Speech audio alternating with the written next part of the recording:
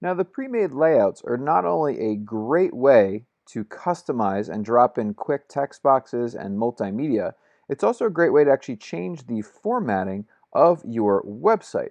So for example, if I grab any one of these layouts, I can drag and drop them onto my site, and you can drag and drop multiple in a row. And you could also reorder them using these little drag icons here, so I can move them around and change them wherever I want to be.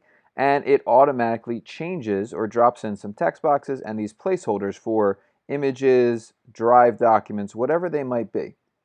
You can also customize these layouts. So you can change the emphasis of them. So for example, I can change how I want to emphasize using the text features, or even drop in different customization. So I can say like, welcome to my site.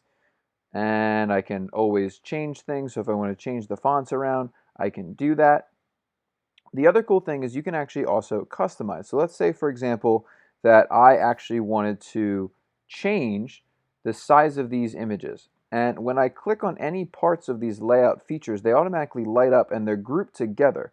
So for example, if I try to change the size of this one feature, it actually also changes the size of the text box and everything along with it.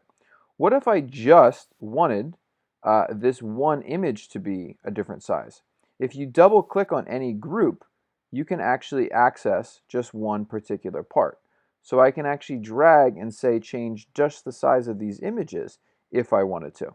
I can make these different size layouts. So for example, if I wanted them to be maybe one in the middle to be a little bit skinnier, like so, and then I could center this and make these each a little bit bigger. You can obviously customize these layouts to change how you want your site to be.